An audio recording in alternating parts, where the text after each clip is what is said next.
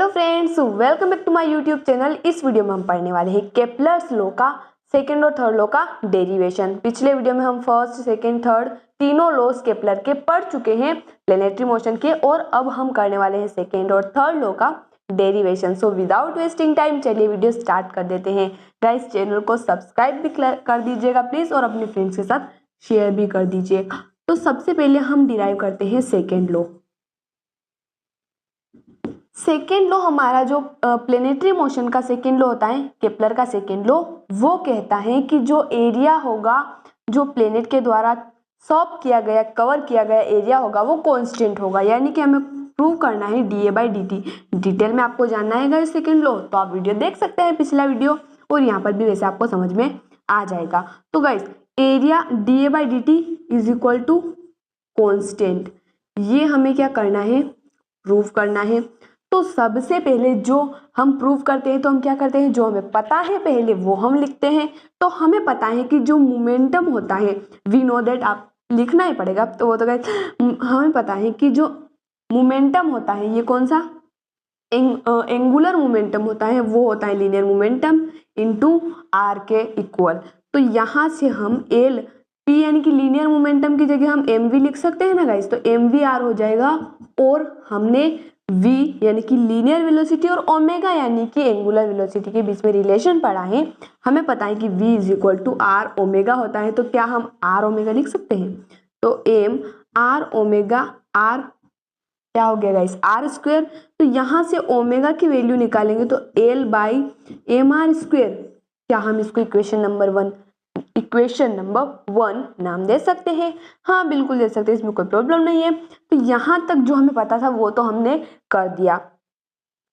अब आगे क्या करना है, अब हमें हेल्प लेनी पड़ेगी सेकेंड लॉ में, जो हमने कहा था। क्या कहा था गाइस, कि जो मान लीजिए सन है हमारा, और ये प्लेनेट यहाँ से यहाँ ट्रेवल करता है। वैसे तो ये एक इलिप्स होता है, तो थोड़ा सा कर्व होगा, बट हम इसको स्ट्रेट लाइन लेके चल रहे हैं क्योंकि ये हमारा एक ट्राइंगल बन जाएगा, तो एरिया निकालने में हमें आसानी होगी हमें। तो यहाँ पर सन है, ये पॉइंट ए बी मान लेते हैं।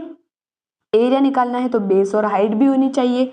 बेस मान लेते हैं इसकी आर, जो डिस्टेंस हो जाएगी, और यहाँ पर क्या हो जाएगा, ए बी क्या हो जाएगा, हाइट क्या हो जाएगी, आर, और D theta by D T यानी कि ओमेगा हो जाएगा। तो आर ओमेगा क्या हो जाएगा हमारा, ए बी हो जाएगा ना गाइस। ऑब्वियस सी बात है, यहाँ पर D theta by D T यानी कि एंगुलर वेलोसिटी, और आर साथ में रहेगा इस सारी।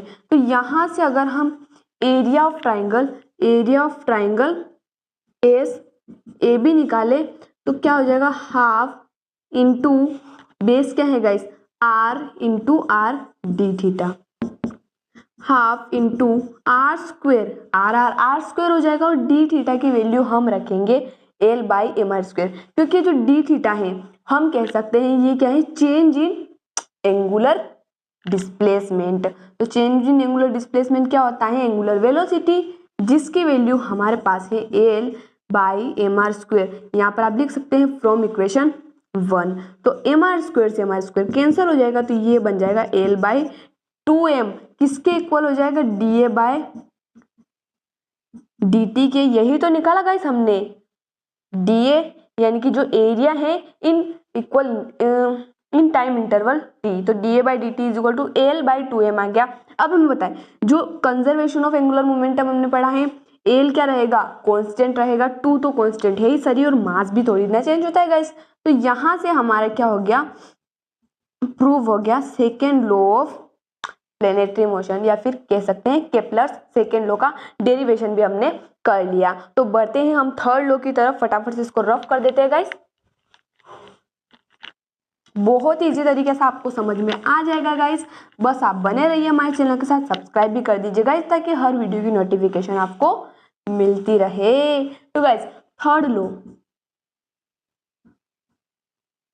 ऑफ प्लेनेटरी मोशन हमने पढ़ा था कि जो टी स्क्वायर होता है, यानी कि time period of revolution of planet around the sun, यानी कि सन के अराउंड जिसको टाइम लगता है रिवॉल्यूशन में, टी स्क्वायर इक्वल हो जाएगा, यानी कि उस टाइम का स्क्वायर इक्वल हो जाएगा उन दोनों के बीच की डिस्टेंस के क्यूब के, है ना गाइस। ये हमें प्रूव करना है। अब यहाँ पर भी जो हमें पता होता है वो हमें लिखना पड़ता है ना गाइस। तो सबसे पहले हमने पढ़ा है universal law of gravitational force.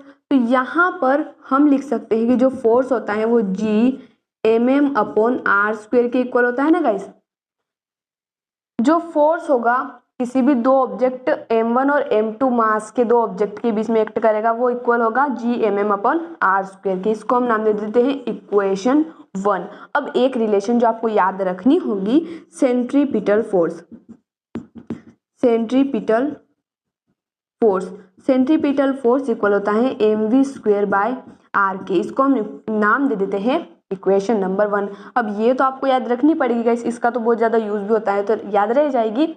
ये नया नया नाम सुना होगा, F = mv²/r। अब इक्वेशन 1, इक्वेशन 2 में आप देख सकते हैं LHS इक्वल है यानी कि RHS भी इक्वल होंगे। तो फ्रॉम इक्वेशन 1 एंड 2 हम क्या लिख सकते हैं, G/m/r² इक्वल होता है mv²/r के। तो यहाँ r से r कैंसल, m से m कैंसल, तो Gm/r इक्वल हो जाएगा v² के। इसको हम नाम दे देते हैं इक्वेशन नंबर 3। अब यहाँ पर देखिएगा इस इक्वेशन 1 2 में कोई दिक्कत नहीं है, फटाफट से आप नोट कर लीजिएगा इस, ताकि हम आगे इसको सोल्व कर सके। अब देखिएगा इस, यहाँ पर हमें पता चल रहा है कि v यहाँ पर है। v की वैल्यू क्या हम निकाल सकते हैं, वेलोसिटी क्या होता है, डिस्प्लेसमेंट बाय टाइम।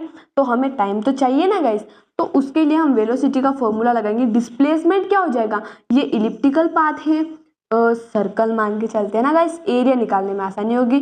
तो इसका जो ये पूरा पाथ हो जाएगा है ना डिस्प्लेसमेंट, तो वो क्या हो जाएगा 2πr हो जाएगा। 2πr बाय टाइम इंटरवल यानी कि t। अब हम put this value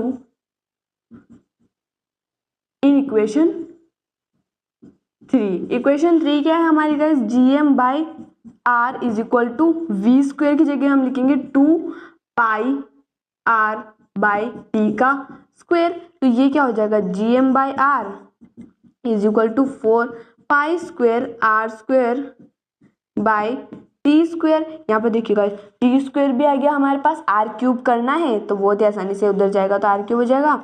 Gm = 4π²r³ t² को हम इधर भेजेंगे तो ये हो जाएगा 4π²r³ Gm।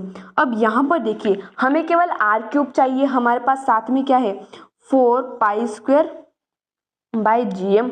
तो हमें पता है 4 तो कांस्टेंट है ही सरी, ग्रेविटेशनल फोर्स, ये ग्रेविटेशनल कांस्टेंट जो है ये तो कांस्टेंट है ही सर, यूनिवर्सल कांस्टेंट है पूरे ब्रह्मांड में, इसकी वैल्यू चेंज ना होने वाली है। मास भी कांस्टेंट है और पाई भी कांस्टेंट है ना गाइस। तो ये पूरा कांस्टेंट हो जाएगा। तो हम यहाँ पर एक स्टेप और करके लिख सकते हैं कि 4π²/Gm = होता है कांस्टेंट, है ना। तो हमारा t² इक्वल हो जाएगा r³ के। और क्या डिराइव करना है गाइस हमें, देखा गाइस बहुत ही इजी तरीके से डिराइव हो चुका है। तो ऐसे ही इजी तरीके से समझने के लिए हमारे चैनल को सब्सक्राइब करना ना भूलें। मिलते हैं अगले वीडियो में नए टॉपिक के साथ। धन्यवाद।